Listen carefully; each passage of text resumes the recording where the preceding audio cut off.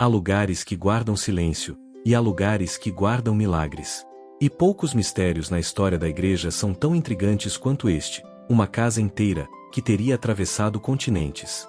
A pequena casa da Anunciação, o lar onde a Virgem Maria viveu, onde o anjo Gabriel proclamou: Ave, cheia de graça, teria realmente sido transportada milagrosamente para a Itália?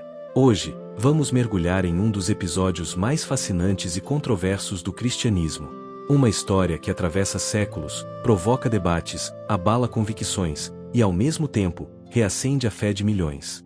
Mas antes, pense comigo. Se Deus escolheu um lugar para iniciar a salvação do mundo, Ele o deixaria ser destruído?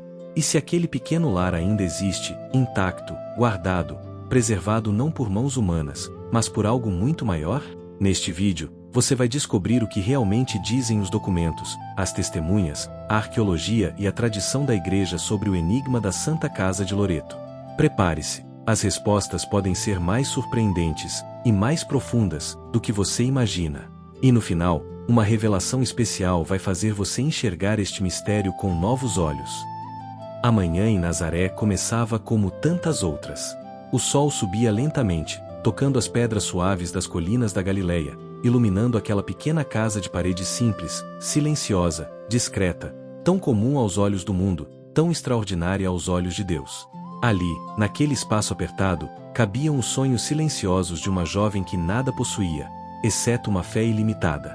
Séculos depois, estudiosos caminhariam com reverência entre aquelas mesmas paredes, tentando compreender como um lugar tão pequeno poderia carregar um significado tão grande. Mas naquele tempo, ninguém imaginava que cada pedra daquela casa seria testemunha de algo que mudaria toda a história humana. A tradição conta que Maria costumava acordar antes do nascer do sol. O cheiro de farinha e oliveira se misturava ao ar fresco da manhã. Ela arrumava a pequena sala onde vivia com seus pais, Joaquim e Ana, e preparava o dia como qualquer jovem judia: trabalho, oração, silêncio. Nada ali parecia grandioso. Nada parecia anunciar que aquele espaço, aquela casa, se tornaria o maior ponto de encontro entre o céu e a terra. E no entanto, foi exatamente ali que aconteceu. O anjo chegou sem barulho, sem vento, sem tremor. Apenas uma presença que preencheu tudo, como se o próprio silêncio de Deus tivesse tomado forma. Ave, cheia de graça. E naquele instante, o pequeno lar se tornou o centro do universo. A história respirou diferente. O tempo mudou de direção. Mas o mundo não percebeu. A casa permaneceu a mesma, simples, humilde, perdida entre tantas outras. Apenas algumas paredes de pedra calcária. Apenas um teto de madeira pobre. Nada que chamasse atenção. Nada que indicasse que, séculos depois, milhões caminhariam diante dela com lágrimas nos olhos. Por muito tempo, aquela casa permaneceu ali, silenciosa, guardando o segredo do maior sim já pronunciado. Mas o passar dos séculos trouxe guerras, invasões, destruições. A Terra Santa seria tomada, reconquistada, despedaçada. E a pergunta tomaria forma: o lugar onde o Verbo se fez carne, sobreviveria ao caos da história humana? Foi então que começaram os rumores. Primeiro discretos, sussurrados. Depois, cada vez mais insistentes. A casa não está mais aqui. Ela desapareceu. Ela foi levada. Ninguém sabia como. Ninguém sabia por quem. Mas algo estranho havia acontecido. O que poucos perceberam é que aquele silêncio antigo, o mesmo silêncio que um dia guardou o anjo, estava prestes a revelar um novo mistério. Um mistério que deixaria reis perplexos, desafiaria estudiosos, moveria peregrinos. E que transformaria aquela pequena casa, tão comum, tão simples, no centro de uma história que atravessaria fronteiras e séculos. A história da Casa da Anunciação, e de como ela reapareceu onde ninguém esperava. O século XIII foi um tempo de incertezas. A Terra Santa ardia entre batalhas, cruzados, invasões e reinos que mudavam de mãos como se fossem areia soprada pelo vento. Nazaré, a pequena cidade onde Maria viveu, não escapou do tumulto. As guerras pareciam sempre prestes a apagar memórias, destruir relíquias, calar histórias. E entre todas as ameaças, havia uma que preocupava mais do que as outras. A Casa da Anunciação estava em perigo. Peregrinos começaram a notar que a antiga estrutura estava abandonada, vulnerável, cercada por ruínas e instabilidade.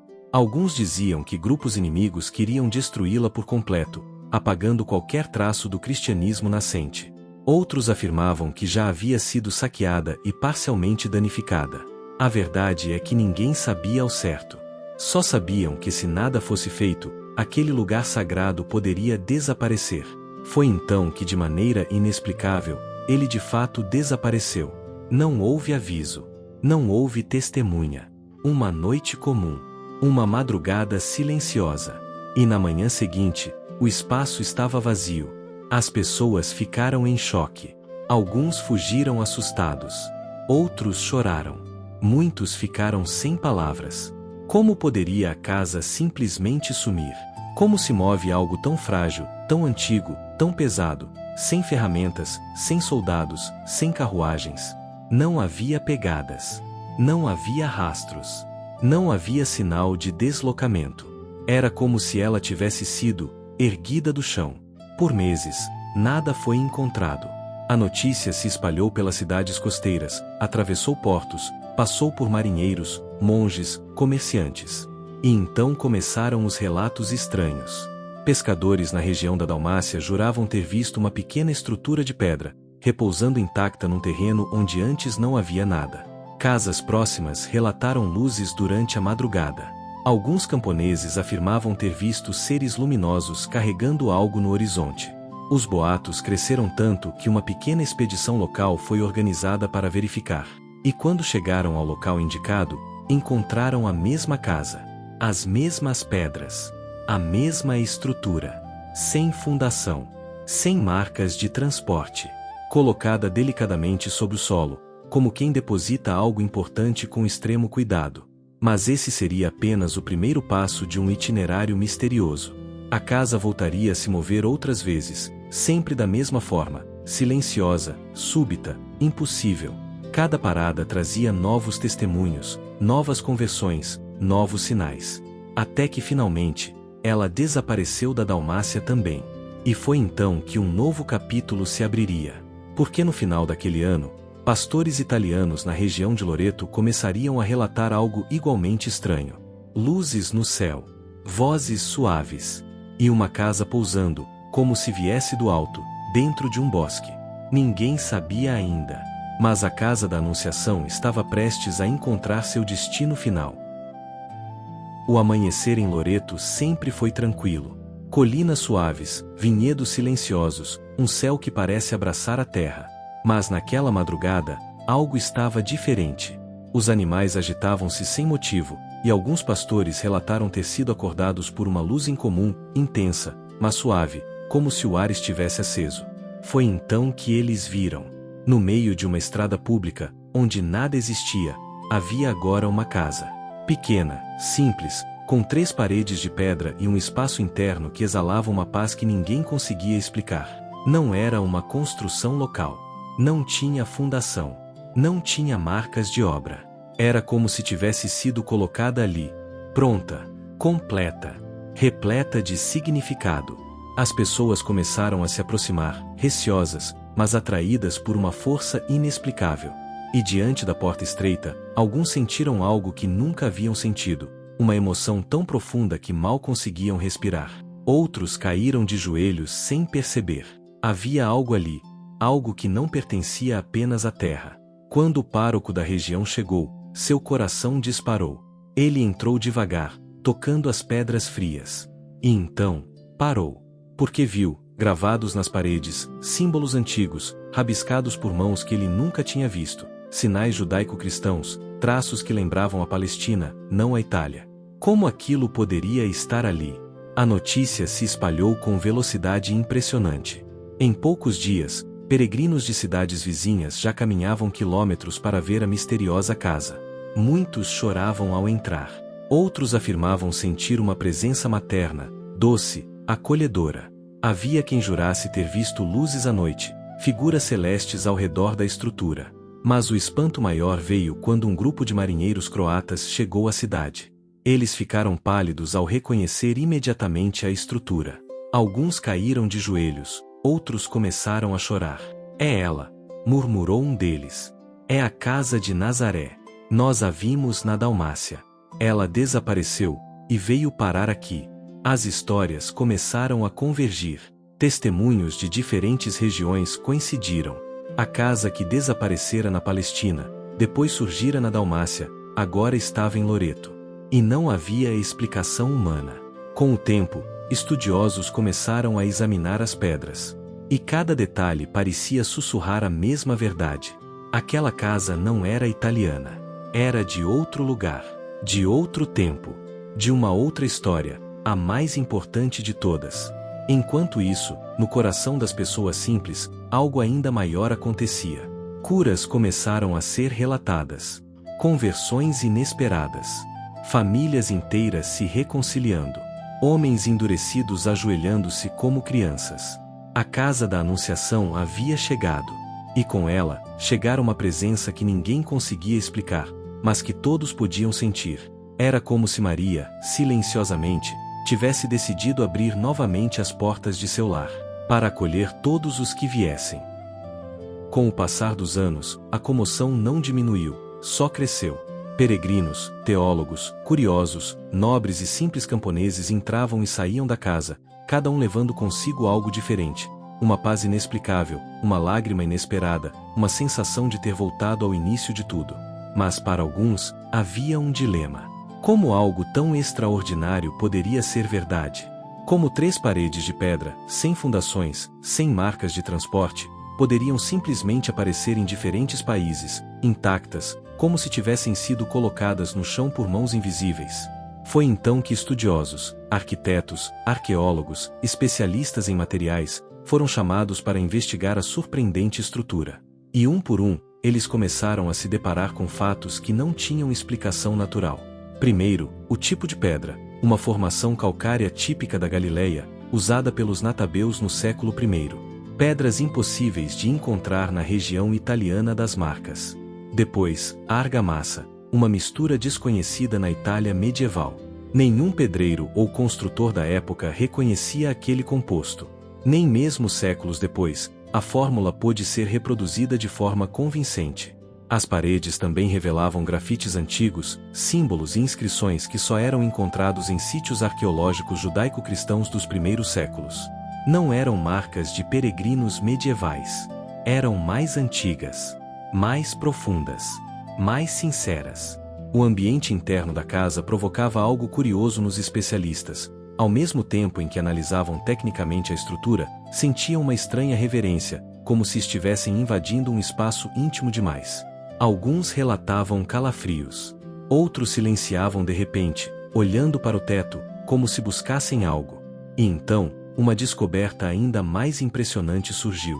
O perímetro da casa de Loreto correspondia exatamente aos alicerces deixados em Nazaré, na parte frontal da gruta venerada na atual Basílica da Anunciação.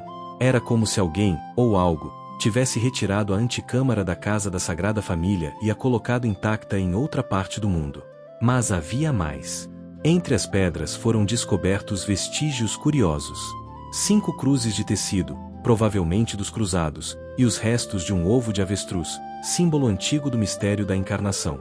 Objetos que pareciam confirmar não só a antiguidade da casa, mas também uma viagem, uma travessia. E assim, enquanto os cientistas se debruçavam sobre cálculos, medições e análises, uma sensação desconfortável começava a surgir entre eles. Os dados não contrariavam um milagre, pareciam confirmá-lo. Tudo apontava para um transporte inexplicável. Tudo falava de algo que ultrapassava a lógica humana. A casa não parecia ter sido reconstruída, realocada pedra por pedra. Não havia emendas. Não havia marcas de desmontagem. Era como se tivesse sido carregada, inteira, preservada, protegida por algo que nenhum instrumento científico poderia medir. E assim, diante do mistério, até os mais céticos se calavam. Porque havia momentos, e eles perceberam isso, em que a ciência não contradiz a fé. Apenas se curva diante dela. Com o passar dos séculos, a Santa Casa tornou-se muito mais que um objeto de estudo, mais que um monumento, tornou-se um coração pulsante do cristianismo. Um lugar onde milhões chegavam, alguns em silêncio, outros chorando, muitos buscando respostas que o mundo já não conseguia dar. E todos, sem exceção, percebiam algo assim que cruzavam a pequena porta. Lá dentro, o tempo parecia diferente. Não havia ouro. Não havia grandiosidade arquitetônica. Não havia nada que competisse com catedrais majestosas. Era apenas uma casa. Pequena. Simples. Inesperadamente humilde. E talvez por isso mesmo tão profundamente comovente. Ali, nos poucos metros de pedra, muitas pessoas relatavam que sentiam como se tocassem o início da própria fé. Era como se naquele espaço silencioso, ecoasse ainda a voz suave de Maria dizendo: "Eis aqui a serva do Senhor." Peregrinos ajoelhavam-se no chão frio, e muitos se perguntavam em lágrimas: como algo tão pequeno pode carregar algo tão imenso? E então, pouco a pouco, compreendiam. Não era sobre tamanho. Era sobre presença. A casa carregava a marca da encarnação, o ponto exato onde o céu tocou a terra de forma definitiva. Ali, Maria recebeu o anúncio. Ali, o Verbo se fez carne. Ali, o plano de salvação tomou forma. E por isso, ao longo dos anos, papas, santos, missionários e cristãos de todas as partes do mundo fizeram peregrinação até Loreto. Alguns chegavam com fé forte. Outros chegavam quebrados, pela dor, pela perda, pelo medo. Mas todos saíam, transformados. Havia também aqueles que vinham sem acreditar muito. Vinham por curiosidade, história ou até ceticismo. Mas mesmo estes, ao entrar na casa, eram tomados por uma sensação que não conseguiam explicar. Algo familiar, íntimo, acolhedor. Era como voltar para casa depois de muito tempo longe. E assim, geração após geração, a Santa Casa se tornou um símbolo espiritual para a humanidade. Um lembrete de que Deus escolhe o simples para realizar o extraordinário. E enquanto os peregrinos caminhavam pelas ruas de Loreto, muitos percebiam que a mensagem final daquele lugar era profundamente pessoal. Se a casa de Maria foi colocada no caminho dos homens, talvez fosse porque cada um também tem um percurso, um deserto, uma travessia, e precisa encontrar, no meio dele, um sinal do céu. A casa não estava ali por acaso. Ela estava ali à espera. À espera de quem busca luz. À espera de quem precisa recomeçar. À espera de quem deseja voltar ao coração da fé. E assim, Loreto tornou-se não apenas um destino, mas uma promessa silenciosa de Deus. Eu estou contigo. Sempre estive. No coração da noite, quando a basílica já repousa em silêncio e a Santa Casa parece suspensa entre o tempo e a eternidade, muitos peregrinos descobrem algo inesperado. É justamente no silêncio que a mensagem de Loreto se torna mais clara, mais íntima, mais profunda. Porque ali, onde o Verbo se fez carne, não há discursos longos. Não há luzes artificiais. Não há ruídos para distrair a alma. Há apenas um convite, suave, mas irresistível. Volte ao essencial. E é impossível ficar indiferente diante disso. A pequena casa de 3 paredes, tão simples e tão frágil, revela algo que todo cristão precisa recordar. Deus não escolheu palácios. Deus escolheu uma casa. Deus não escolheu grandeza. Deus escolheu humildade. Deus não escolheu distância. Deus escolheu estar perto. E quando essa verdade finalmente toca o coração, acontece algo que não se explica com palavras. Um desejo profundo de permanecer naquele amor que começou ali, em Nazaré, e chegou até nós por meio de Maria. É como se Loreto sussurrasse à alma ferida: você não está sozinho. Como se dissesse ao coração cansado: há um lugar para você. E como se lembrasse ao pecador arrependido: a casa de Maria é também sua casa. É por isso que tantos se ajoelham ali, não diante de uma lenda, não diante de uma tradição morta, mas diante de um sinal vivo de que Deus continua agindo, continua chamando, continua tocando vidas.